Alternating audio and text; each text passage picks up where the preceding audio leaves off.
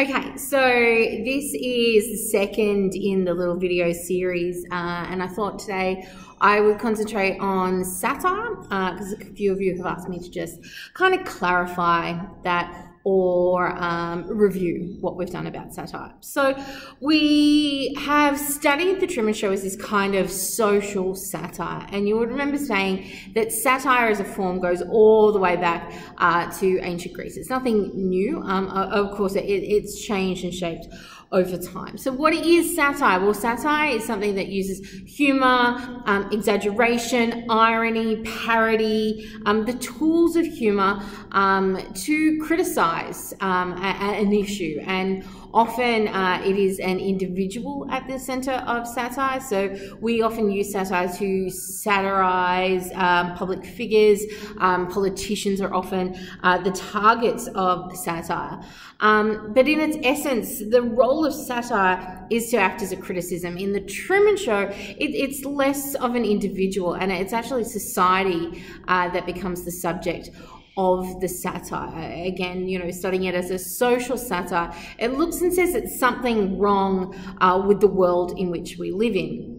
And when I look at that, and when we look at this as a broader social group, you know, what is it exactly about society that is being satirized? Well, the Washington Post came out and said that the Truman Show was a really gripping satire on media manipulation, and I believe that this is true. But I think it's also, and when we look at society, it's also a satire on consumerism. It's a satire on entertainment. It's a satire on TV obsession. It's a satire on media saturation. And again, one reviewer came out and said that they really admired Weir and Nichols' corrosive wit. And I think it is this clever, witty satire on TV and media saturation that makes this film prescient, that makes this film worth watching in the 21st century, even though it was very much of its time in the late 20th century. I'll probably mention this again, but there's no way that Weir or Nichols would have realized the way that reality television would go. And I really want you to keep in mind that this is not a criticism of reality television per se. It is a criticism of society's relationship with the media and how troubling I think that relationship is. We came out and said, my attitude to television personally is that too much is a bad thing. He went on to say that the Truman Show, looks at the disturbance to our perception of reality. And I think that is at the heart of what this film is about, and then, you know, deconstructs that by looking at TV obsession, the saturation of the media, the pervasiveness of the consumerism, the problematic questions about entertainment, and the fact that Truman's life is very cruelly used as entertainment. I think the satirical stuff comes from, of course, the mise-en-scène, which I'll talk about in a minute. It comes from the religious allegory, which I'll talk about later. But it also, you know, just comes from the fact that, you know, whenever we see these worlds intersecting, what we see is groups of people utterly invested in the Truman Show. You know, they are obsessed. We find them in these, and again, this is the importance of the mise-en-scène, we find them in these very insular, enclosed places, obsessively watching. The guy in the bath is a great example. The two older women who are surrounded by the show's paraphernalia, all avidly invested. Again, the woman in the bar who knows so much about Truman's life, she can commentate it for us. But when we actually look at what they're watching, Truman's life is very, very mundane.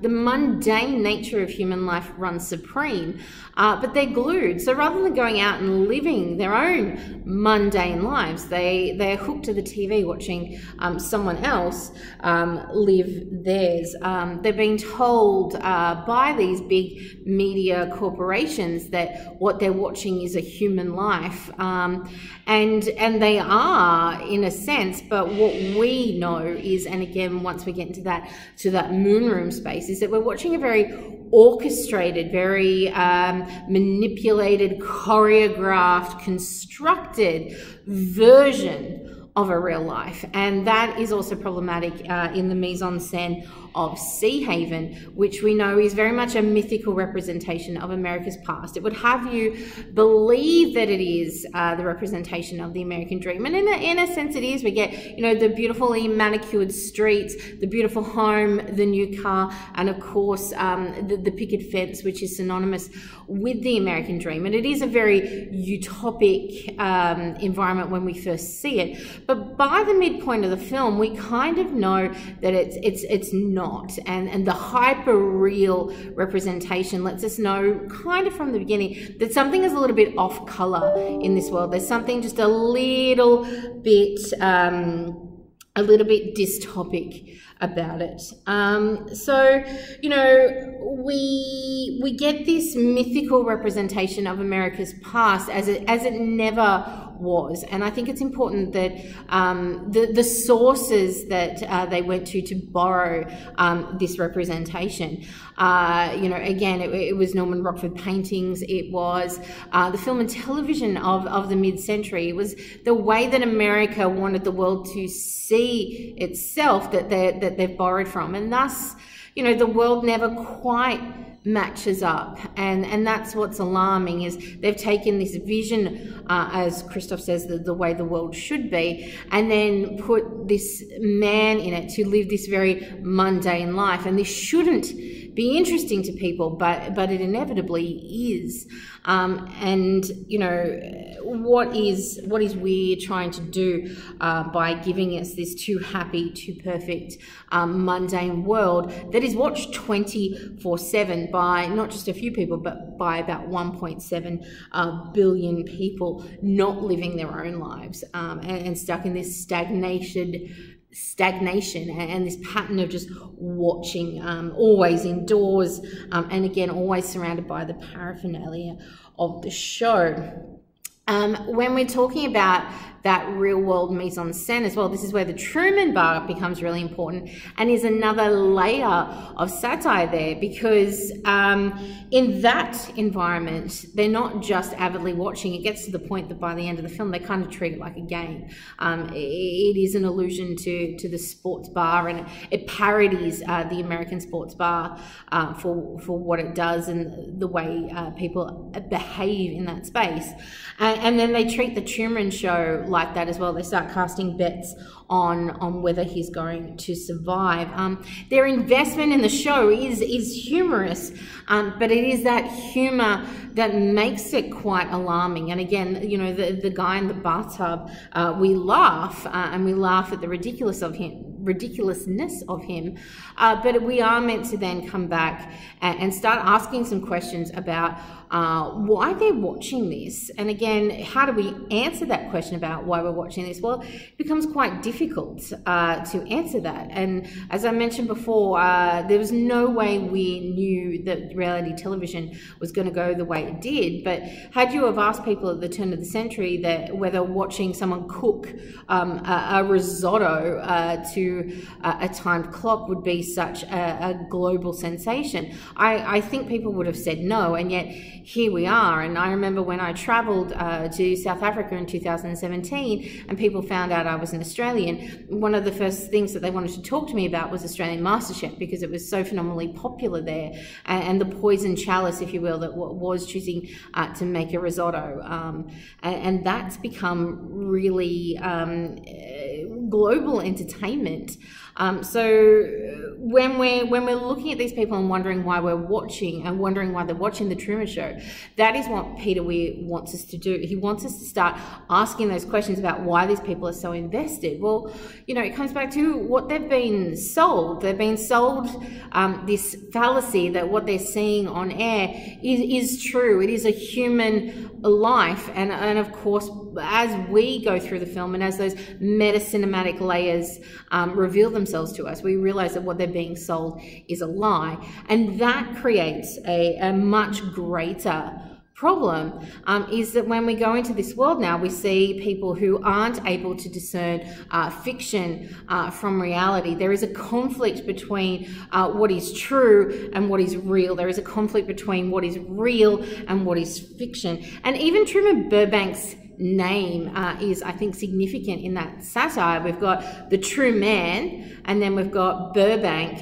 which was the media epicenter of California. Even his name represents that conflict between what is true and what is real. Weir plays with the tropes of soap opera and likewise plays with the tropes of documentary. And again, these two kind of genres, the absolute unreality, if you will, of a soap opera versus the illusion of reality in a documentary. And at the turn of the century, what Weir was seeing on television and what really concerned him was the media tendency to start blurring things. So by the end of the 20th century, what we have is news programs that were presenting themselves as entertainment. So news that presented itself as funny, and it was funny to watch.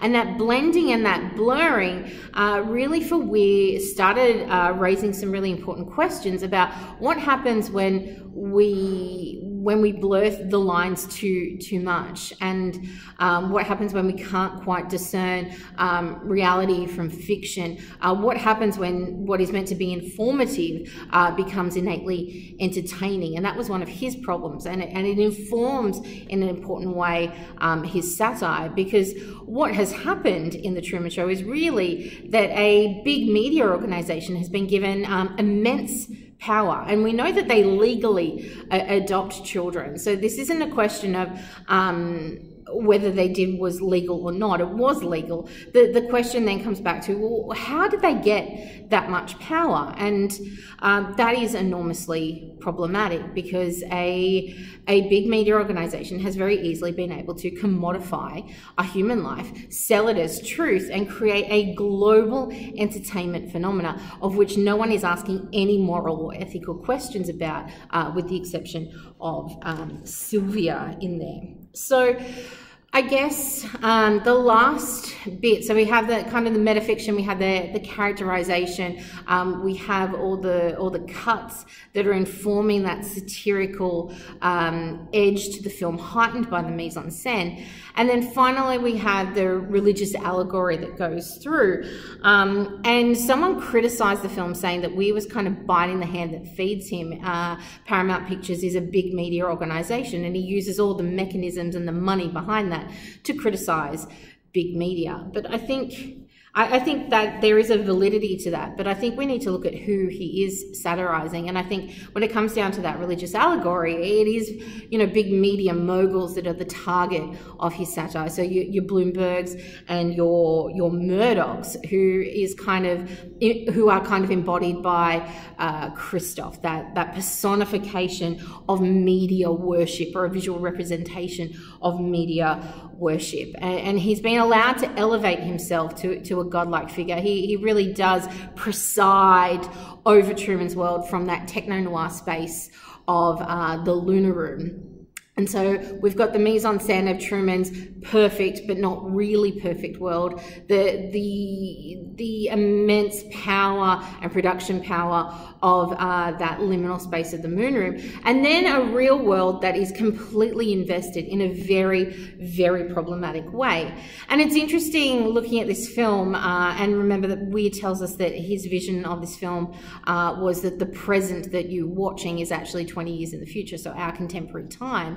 And what we're watching now is we're watching the Roger Ailes and the Harvey Weinsteins, who at one point in time were immensely powerful men who had elevated themselves to these kind of pseudo-gods and did very much the wrong thing and exploited that power, actually getting payback. I mean, just this week in the news, Harvey Weinstein was given his sentence. So I think when we look at the satire, we have to look at that cutting edge of the wit and how how it looks at, you know, the way we consume, you know, literally buying the products of the show as well as buying the human life, the saturation of TV, that it is everywhere, these insular spaces where people obsess and consume, is very much at the heart of what Peter Weir is satirizing. So I hope that helps.